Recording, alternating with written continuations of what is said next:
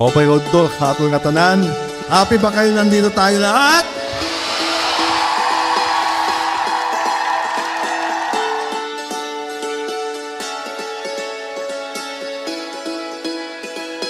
The isip by our House Speaker, Martin Romualdez, is really a big help. We're able to buy necessary things or pay tuitions and other necessary things that we have to pay in school as well.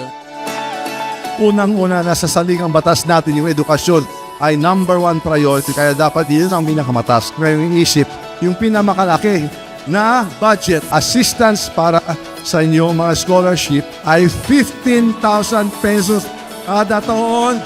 Bukod pa riyan, may 5,000 every semester. At itong araw na to, may bigas pa. Kaya yun po ang lilaan ng ating mga kongresista na budget para mga estudyante. Kasi kayo po ang ating kinabukasan. Kayo po ang pag-asa ng Republika ng Pilipinas. Kayo po ang number one priority.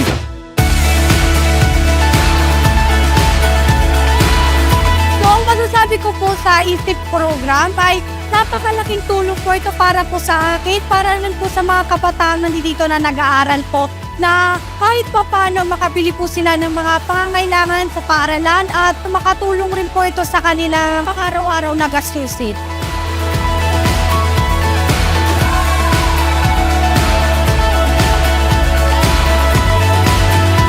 Ako po, si Martin Romualdez, leader ng Congress, leader ng House of Representatives.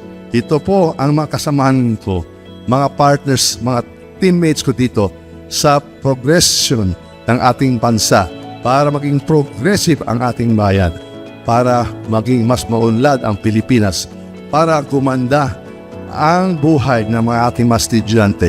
Kami po handang-handa magsilbi, maglingkod at makinig sa inyong hinain. Mabuhay mga estudyante ng Leyte ng Pilipinas! Mabuhay ang Sapayong Pilipinas!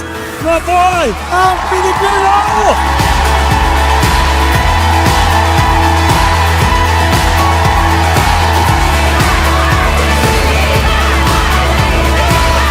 Isang malaking pasasalamat po para sa ating presidente na si Ferdinand Bongbong Marcos Jr. Damon duro nga salamat, President Bongbong Marcos, at sa ating House Speaker Representative na si Martin Romualdez. a native of Tacloban City, our House Speaker, Ferdinand Martin Romualdez. Ito na po yung sinasabi natin, bagong Pilipinas nang dahil po sa inyo, nagkaroon po kami ng bagong buhay at malaking tulong po ito sa amin. Maraming salamat po.